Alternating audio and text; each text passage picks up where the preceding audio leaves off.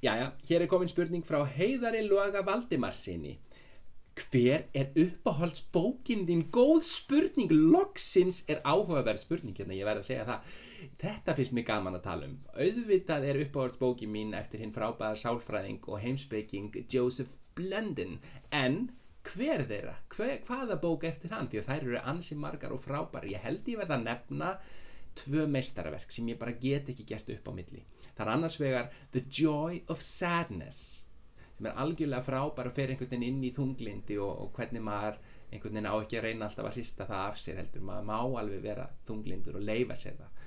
Og svo hinn bókin sem álíka góð, algjört meistaraverk, hún heitir Why Happy? Og þar einmitt verið að fara yfir þessa fáránlegu kröfur nútímans það að maður þurfi alltaf að vera glaður. Þvílík vitleysa.